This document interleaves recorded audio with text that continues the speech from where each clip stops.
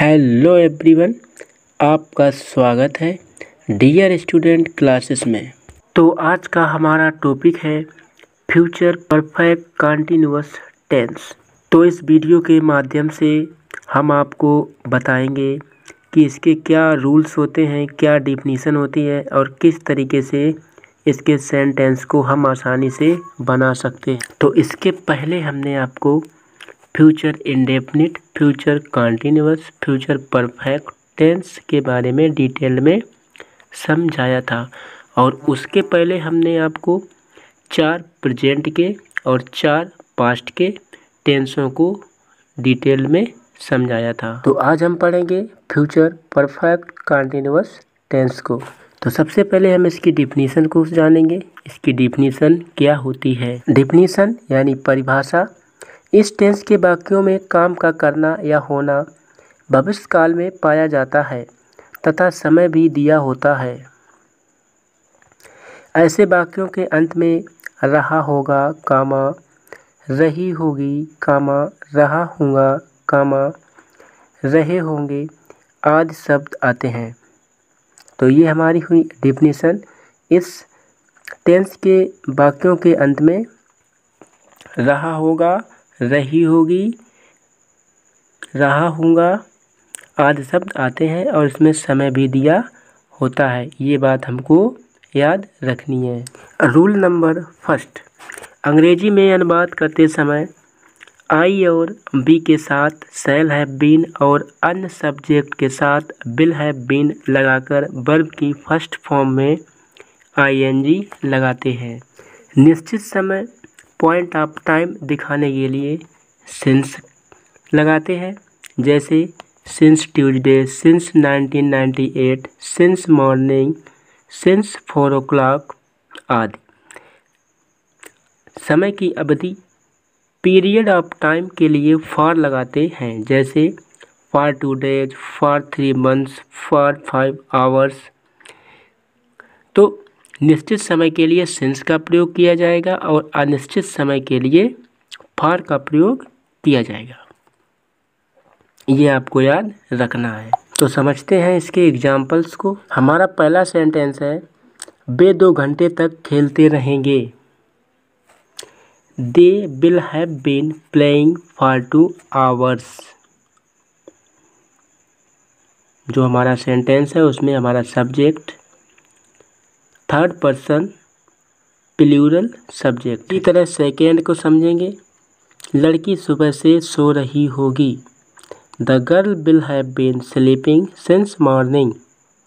The girl will have been sleeping since morning. Third, हम 2 महीनों से इस विभाग में काम कर रहे होंगे। थर्ड में हमारा जो सब्जेक्ट है वो फर्स्ट पर्सन प्लूरल सब्जेक्ट है। जैसा हम आपको पहले ही बता चुके हैं कि आई और बी के साथ शैल का यूज होना है, तो यहाँ पर हमारी हेल्पिंग वर्ब शैल का यूज होगा। We shall have been working in this department for 2 months। We have been working in this department for 2 months। तो आगे समझते हैं नेगेटिव सेंटेंस को। नेगेटिव सेंटेंस में विल या शैल के बाद नॉट लगा देते हैं। हमें ये बात याद रखनी होगी, नेगेटिव सेंटेंस में विल या शैल के बाद नॉट लगा देते हैं, यानी नॉट का यूज करते हैं। आगे एग्जाम्पल्स के जरिए हम आपको अच्छी तरह से समझाने का प्रयास करते हैं। एग्जाम्पल फर्स्ट देखें, वह 2 दिन से पढ़ नहीं रही होगी। तो सी विल नॉट, जैसा कि हमने बताया था शैल या विल के बाद नॉट लगा देते हैं। तो she will not have been reading for 2 hours। और आगे हमारा सेंटेंस सेम रहने वाला है। सेकेंड, मुझे सोमवार से बुखार नहीं आ रहा होगा। तो यहाँ पर मुझे यानी मैं, तो यहाँ पर शैल का यूज होना है और मुझे के लिए आई लिखा जाएगा।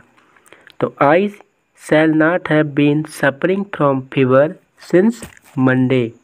निश्चित समय के लिए सिंस का यूज होना है और अनिश्चित समय के लिए फॉर का यूज होना है। आगे समझते हैं इंटेरोगेटिव सेंटेंस को। इंटेरोगेटिव सेंटेंस प्रश्नवाचक वाक्य। तो हम सबसे पहले इंटेरोगेटिव रूल्स को समझें थोड़ा। अगर वाक्य में क्या लगा हो तो शैल या बिल को कर्ता सब्जेक्ट से पहले लगाते हैं।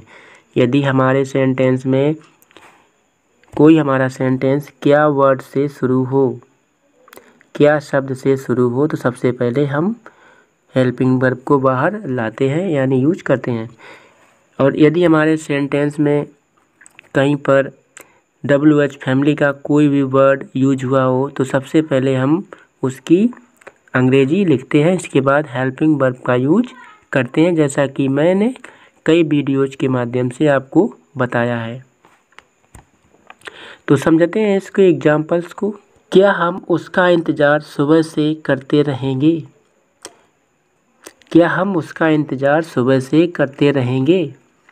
Shall we have been waiting for him since morning? तो यहाँ पर हमारा फर्स्ट टाइप इंटेरोगेटिव सेंटेंस है। तो इसमें हम और हमारा जो सब्जेक्ट है वो प्लूरल सब्जेक्ट है।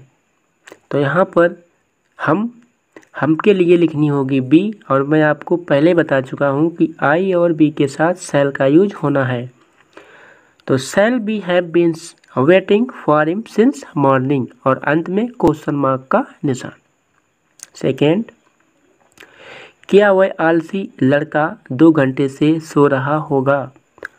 बिल, वह आलसी लड़का that lazy boy have been sleeping for 2 hours।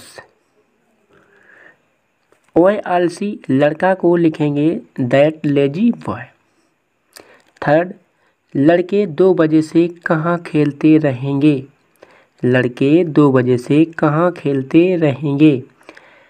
तो यहाँ पर हमारा सेंटेंस है WH फैमिली से सेकेंड टाइप इंटेरोगेटिव सेंटेंस, और इसमें इस सेंटेंस में हमारा जो प्रश्नसूचक शब्द है वो बीच से है, यानी कहाँ से। तो कहाँ की सबसे पहले हम अंग्रेजी लिखेंगे, यानी where will the boy have been playing since 2 o'clock।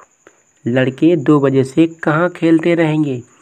Where will the boys have been playing since 2 o'clock, और अंत में क्वेश्चन मार्क का निशान इंटेरोगेटिव सेंटेंस में अवश्य लगाते हैं। तो आज हमने आपको समझाया फ्यूचर परफेक्ट कंटीन्यूअस टेंस को, और हमें उम्मीद है आपको अच्छे से समझ में आ गया होगा। तो आज से टेंस समाप्त होते हैं। हमें उम्मीद है आपको सभी टेंस अच्छे से समझ में आ गए होंगे। तो आज के वीडियो में बस इतना ही। तो मिलते हैं नेक्स्ट वीडियो में नेक्स्ट चैप्टर के साथ।